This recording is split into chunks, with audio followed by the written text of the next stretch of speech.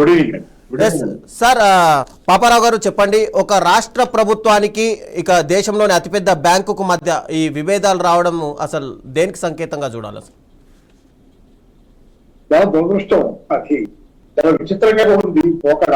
ఎందుకంటే సరే, ఇది వేలం వేయడం నిర్ణయించుకున్న 5 ఎకరాల భూమికి సంబంధించిన వివాదాలు, దానిలో ఎస్బీఐకి గతంలోనే ఎప్పుడో కేటాయించారు. దానికి నాకు తెలిసైతే అది 2010లో ఎస్బీఐ కార్యాలయాల సముదాయం కోసం, ఎస్బీఐ ఆఫీసుల కాంప్లెక్స్ కోసం కేటాయించింది. 2011లో జనవరిలో ఎస్బీఐ ఆ భూమి స్వాధీనం చేసుకుంది 13.33 కోట్లు. అప్పట్లో భూమికి ఇంత విలువ లేదు కాబట్టి అది అప్పట్లో పలికిన విలువ. అది 13.33 కోట్లు చెల్లించి ఎస్బీఐ దాన్ని స్వాధీనం చేసుకుంది.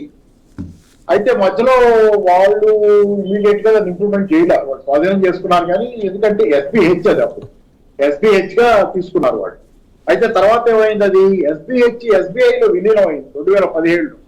బ్యాంకుల విలీనం చేశారు కదా, యూనియన్ బ్యాంక్ కూడా అలా వచ్చింది. మనకు ఆంధ్ర బ్యాంక్ గతంలో దానిలో విలీనం అయితే అది యూనియన్ బ్యాంక్ లోకి మారింది పేరు. అట్లా బ్యాంకుల విలీనం అప్పుడు ఏమైంది, ఎస్బీహెచ్ పోయి ఎస్బీఐలో విలీనం అయిపోయింది. సో ఎస్బీహెచ్ ప్రాపర్టీగా ఇది ఎస్బీఐకి వెళ్ళింది. ఇంకా తర్వాత దాంతో కొంత డిలే, ఆ ప్రాసెస్ ఉంటుంది కదా, మొత్తం 4 మెర్జ్ చేసుకునేది. ఆ తర్వాత కోవిడ్ వచ్చింది, దాంతో డిలే. ఇట్లా రకరకాలు రాష్ట్ర విభజన తర్వాత ఇవన్నీ జరిగింది, దానికి డిలే అయింది. సరే, ఈ ప్రాసెస్ లో ఇక్కడ మొన్న వేలం వేస్తారు. ఇక్కడ ఈ ప్రభుత్వం వచ్చిన తర్వాత దాన్ని వేలం వేస్తారు. వేలం వేస్తే ఎస్బీఐ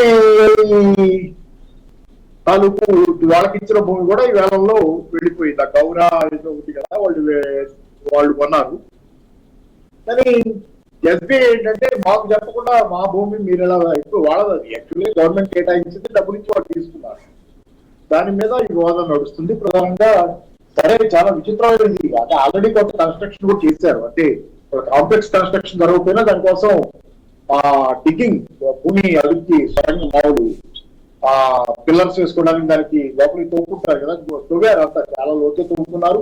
ఏటీఎంలు ఏర్పరిచామని చెబుతున్నారు. అక్కడ ఇవన్నీ ఉన్నాయి, జరిగినాయి.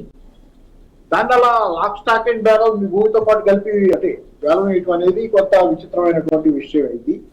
కోర్టు కూడా దీనికి అబ్జెక్షన్ కొంత తీసుకొని, సరే ఇనీషియల్ అబ్జర్వేషన్స్ చూసిన తర్వాత ఇంటర్వ్యూ ఆర్డర్ ఇచ్చింది, స్టే ఇచ్చింది. సరే, వాదనలు జరుగుతున్నాయి కోర్టులో ఒకటి. కానీ ఏంటంటే ప్రభుత్వం తీరు, సరే ఈ కేసు కాసేపు పక్కన పెడతా కానీ, ఈ కేసు కాసేపు పక్కన పెడితే ఓవరాల్ గా ప్రభుత్వం తీరు ఏమాత్రం బాగాలేదు. ఇక్కడ దీని గురించి మనకి పేపర్ లో వచ్చిన వార్తలు ఏంటంటే, ఈ భూములు వేలం వేసినప్పుడు మొన్న పోయిన నెలలో ఒక్కొక్క ఎకరం 237 కోట్లు బలికిందని ఇట్లా రకరకాలుగా ఆడంబరాలు, డాబికాలు బలికి దత్తం చేశారు. తీరా చూస్తే ఏమో వేలం వేసిన భూమి అంతా సరైనది కాదు, దానిలో కొంత వివాదాస్పదమైంది అనేది ఇప్పుడు ఎస్బీఐ దానికి ముందుకు రావడంతో ఇదంతా. అంటే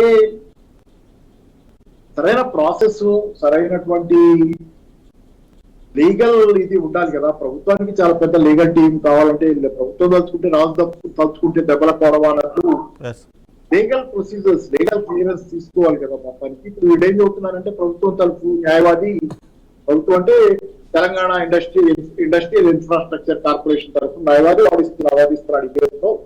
ఆయన చెప్పేది ఏంటంటే, శేర్లింగంపల్లిలో ఎక్కడ అనుకుంటే ఒక 2.57 ఎకరాల భూమిని తీసుకోవడానికి అంగీకరించారు. దానికి ఈ భూమి బదులు కొత్తగా డిపిఆర్ ఇచ్చి, మళ్ళీ అంటే ఈ ప్రాజెక్టు అమల్లోకి రాలేదనే లెక్కలో కొత్తగా డిపిఆర్ ఇచ్చి, డీటెయిల్ ప్రాజెక్ట్ రిపోర్ట్ ఇచ్చి అక్కడ భూమి కోసం మళ్ళీ చేసుకుంటే ఇస్తాం, మేము 2.57 ఎకరాలు ఇస్తామన్నాం, అక్కడికి పోతామన్నారు. మళ్ళీ కానీ మీరు అబ్జెక్షన్స్ పెట్టారు, గొడవ అవుతున్నారు. ఏదేమైనా కానీ అదేం ప్రూఫ్ ఏం మరి ఉందేమో తెలియదు మనకి. ప్రూఫ్ అంటే వాళ్ళు ఇంతవరకు ఏం కోర్టులో చెప్పారు, అది కొంచెం బాధాకరం. ఎందుకంటే ప్రభుత్వానికి ఎస్బీఐకి మధ్య ఇట్లాంటి వివాదాలు అవుతుంది. అది ప్రభుత్వ సంస్థ, దేశంలో చాలా ప్రెస్టీజియస్ ఆర్గనైజేషన్ ఎస్బీఐ అనేది. ఎంత ప్రైవేటీకరణ జరిగినా ఎస్బీఐలో కూడా ఎంత సర్వీసెస్ కొంత కాస్ట్లీ ప్రైవేటీకరణ జరిగినట్లుగా కొంత కనపడుతున్నాం. ఓవరాల్ గా ఏంటంటే వాతావరణం, ఎస్బీఐ అనేది దేశానికి తలమానికమైన సంస్థ. చాలా మన లావాదేవీల్లో కూడా స్టేట్ లో ఉన్నటువంటి పెన్షన్లు కానీ, అంటే ఏది రిటైర్ అయిన ఉద్యోగస్తుల పెన్షన్లు కానీ, వృద్ధాప్య పెన్షన్లు కానీ, ఈ డబ్బులే సుమారు 20-23 వేల కోట్ల రూపాయలు ప్రతి నెల ఎస్బీఐ ద్వారా లావాదేవీలు జరుగుతుంది. ఇతరులు కూడా దాని ద్వారా వెళ్తాయేమో నాకు తెలియదు. సో చాలా పెద్ద ఎత్తున ప్రభుత్వ దీనిలో సుమారుగా నాకు తెలిసి ఒక 85% దాకా ప్రభుత్వాన్ని 85% దాకా గవర్నమెంట్ లావాదేవీలన్నీ ఎస్బీఐ ద్వారానే జరుగుతాయి తెలంగాణలో. అట్లాంటి బ్యాంకుతో వీళ్ళు తలపట్టం అంటే ఏదో చిన్న చిత్కాది ఏదో జరిగి వాళ్ళకి అవగాహన లేక ప్రభుత్వంలో పొరపాటు వెళ్ళిపోతే అది వేరే విషయం. కానీ ఎస్బీఐ ఇస్తున్న భూమి అది కూడా వాళ్ళు కొంత యాక్టివిటీ అది ఏటీఎం గీటీఎం ఏదో ఏర్పాటు చేస్తామని చెబుతున్నారు. అక్కడ ఏముందో ఎంతో కొంత ఏదో కొంత కదలికైతే ఉందనేది అనుకోవాలి. అక్కడ దాన్ని చూడకుండా ఎలా ఉంటాయి అంటే కళ్ళుండి కబోదులా అనే ప్రశ్న కూడా వస్తుంది, చూడకుండా ఉన్నారా అనేది. సో తర్వాత వాళ్ళు వచ్చిన వార్త ప్రకారం ఒక పత్రికలో ఎస్బీఐని కూడా బెదిరిస్తున్నారనే వార్తలు కూడా ఒక పత్రికలో హెడ్లైన్ లాగే వచ్చింది.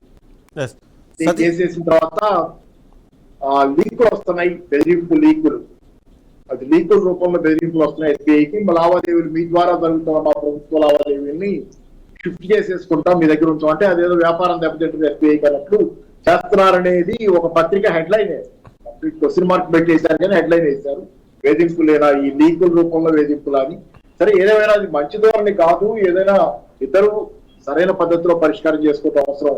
అంటే ప్రభుత్వం డబ్బుల కోసం ఆతృతలో ఎలాగైనా డబ్బులు ఆదాయం సమకూర్చుకోవాలని దీని ద్వారా సుమారు 1500 కోట్లు అనుకుంటా ఆదాయం సమకూర్చుకోవాలనే ఆతృతలో క్లియరెన్స్ చూసుకోవాలి కదా. వ్యక్తులమే మనం ఏదైనా కొనుక్కుంటున్నామంటే ఆస్తి 1% చెక్ చేసుకుంటాం, లాయర్ దగ్గరికి పోతాం, పేపర్లో ఒకసారి ఏదైనా కొనేటప్పుడు నోటీస్ కూడా ఇస్తాం. ఎందుకంటే 4 దృష్టిలోకి వెళ్ళినప్పుడు నోటీస్ ఇస్తే కనుక పేపర్లో మనం పలాంది అమ్మకానికి వచ్చిందనో అమ్ముతున్నామనో లేకపోతే మనం కొనటానికి చదువుతున్నామో ఎవరికైనా అధ్యక్షులు ఉంటే చెప్పండి అనో ఏదో పెడతాం. ఎందుకంటే తర్వాత లీగల్ ప్రాబ్లం కాకుండా పెద్ద ప్రాపర్టీ తీసుకుంటే మరి అట్లాంటప్పుడు ప్రభుత్వానికే లీగల్ ప్రాబ్లం రావాలంటే వచ్చిందంటే చాలా అవమానకరమైన విషయంగానే దీన్ని అనుకోవాలి. పైగా దాని తర్వాత ప్రాసెస్ కూడా సమస్యని సరైన పద్ధతిలో పరిష్కారం చేసుకోకుండా ఎస్బీఐకి సరైనటువంటి సరే అది ఏదైనా సమస్య ఉంటే కనుక దాన్ని సరైన రీతిలో చేసుకోకుండా ఆన్సర్ చేసుకోకుండా లేకపోతే దాన్ని ప్రత్యామ్నాయం చేయకుండా మంచిది కాదేమో. ఎందుకంటే వాళ్ళు కొంత ఖర్చు పెట్టారు, వాళ్ళ డబ్బులు కూడా వాళ్ళకి ఇవ్వాలనేది వాళ్ళు అడుగుతుంది కూడా. వాళ్ళు కొంత ఎంతో కొంత ఎందుకంటే గవర్నమెంట్ లో ప్రతి పైసా కూడా అక్కడ అధికారులు జవాబు చెప్పాల్సిందే కదా. వాళ్ళు అక్కడ ఆల్రెడీ ఖర్చు అయిన ప్రతి పైసాకి మళ్ళీ అక్కడ వదులుకోలేరుగా వాళ్ళు. ప్రైవేట్ వాళ్ళు బాగా పెద్ద ప్రైవేట్ వాళ్ళు ఏమన్నా అటు ఇటు తాగాలేమో కానీ గవర్నమెంట్ లో అలా కుదరదు. డీకి ఇవన్నీ ఉంటే ఉండొచ్చు బ్యాంకుల్లో కూడా. ఎందుకంటే ఇవాళ పొద్దునే పేపర్లు చూశాను ఎస్బీఐలో కూడా అవినీతికి సంబంధించి 200 కోట్ల భూమిని 500 కోట్లు ఇచ్చారు దానికి అని చెప్పి ఇదే వార్త పైన ఈ వార్త ఉంది కదా, ఇది ఇవాళ ప్రభుత్వానికి సంబంధించిన వివాదం ఎస్బీఐతో దానిపైనే అదే పత్రికలో 200 కోట్ల ప్రాజెక్టుకు 500 కోట్ల రుణమా అని చెప్పి క్వశ్చన్ మార్క్ పెట్టి ఎస్బీఐ అధికారిపై కేసు పెట్టారని చెప్పి వచ్చింది. అంటే ఇవి కూడా జరుగుతాయి, జరిగినా కానీ ఇదైతే అట్లాంటిది కాదు కదా, జవాబు చెప్పాల్సిందే అధికారులు. కాబట్టి వాళ్ళైతే వదులుకొని వెళ్ళిపోలేరు. కాబట్టి దీని విషయంలో ఖచ్చితంగా ఏదైనా సరైన పద్ధతిలో పేపర్లకు ఎక్కడం పరోక్షంగా అది ఇది మాట్లాడుకోవడం కాకుండా సరైన రీతిలో ప్రభుత్వం, ఎందుకంటే అటు పక్కన వేరే వాళ్ళకి వేలం వేసి ఇచ్చారు. పైగా అక్కడ ఏమవుతుంది, మీకు వేలంలో కొనుక్కున్న వ్యక్తి తరఫున మాట్లాడుతున్నట్లుగా కనపడుతుంది. టీటీఐఏసి ఆయన ఏమంటారు లాయర్ గారు, వేలంలో కొనుక్కున్న వాళ్ళు అక్కడ స్విమ్మింగ్ పూల్ కట్టుకున్నా మనం ఏం చేస్తాం, ప్రైవేట్ వాళ్ళు కొనుక్కున్న తర్వాత వాళ్ళ ఇష్టం వాళ్ళు ఏం చేసుకుంటే అది కొంత పబ్లిక్ ఇంట్రెస్ట్ అనేది జనరల్ గా మనం ప్రభుత్వ భూముల్ని వేలం వేసినప్పుడు ప్రభుత్వ భూముల్ని ఏదో మనం ప్రైవేట్ వాళ్ళ లావాదేవీలాగా చూడలేము అనేది నేను అనుకుంటున్నాను. ప్రభుత్వ భూములు వేలం వేశాను నిజమే, దానేమి తక్కువ ధరకి కేటాయించాల 99 పైసలకు 99 రూపాయలకు కేటాయించడం కాదు నిజమే. కానీ ప్రైవేట్ వాళ్ళు తీసుకుంటున్నప్పుడు అయినా కానీ ప్రభుత్వానికి అది ప్రజల సంపద. ప్రభుత్వం వేలం వేస్తుందంటే ప్రజల సంపద, తరతరాల పాటు ప్రజలకి ప్రయోజనం చేకూర్చాల్సిన సంపదను తీసుకెళ్లి వేలం వేస్తున్నాం అంటే అక్కడ ఎవరైనా ఏదైనా చేయొచ్చు అనేది కొంచెం అభ్యంతరకరం అనేది ప్రజా ప్రయోజనం కూడా దీనిలో ఈ కేసులో వచ్చింది. వాళ్ళ ఏంటంటే ప్రజా ప్రయోజనానికి సంబంధించినంత వరకు కనీసం అట్లీస్ట్ మీరు ఆ ఏరియాలో రాయదుర్గం ఏరియాలో ఉంది కాబట్టి ఈ భూమి మనం అంతా ఆశించగలిగేది ఏంటంటే ఐటీ రంగంలో పరిశ్రమలు కానీ ఏదైనా వస్తాయి, లేకపోతే కొన్ని ఉద్యోగాలు వస్తాయి. జనరల్ గా ప్రజా ప్రయోజనం అంటే అదే మనం ఆశించేది. భూమిని వేలం వేసి వేరే వాళ్ళ చేతిలో పెట్టినా వచ్చిన వాళ్ళు ఎవరైనా, అది ఉదాహరణ మైక్రోసాఫ్ట్ లాంటి కంపెనీ వచ్చింది అనుకోండి, వస్తే కొన్ని ఉద్యోగాలు వస్తాయని మనం ఆశిస్తాం. లేకపోతే ఇంకో ఆర్టిఫిషియల్ ఇంటెలిజెన్స్ సంబంధించి రకరకాలుగా డెవలప్ అయినాయి ఈ రోజు కంపెనీలు వస్తాయి కొత్త.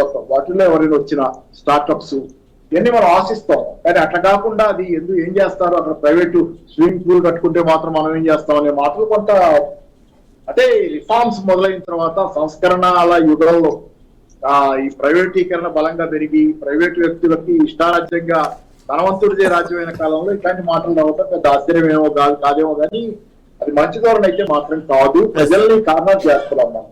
ప్రజలకు ఏమీ లేకుండా అప్పులు లేకుండా చేస్తున్నటువంటి పరిస్థితి ఉంది.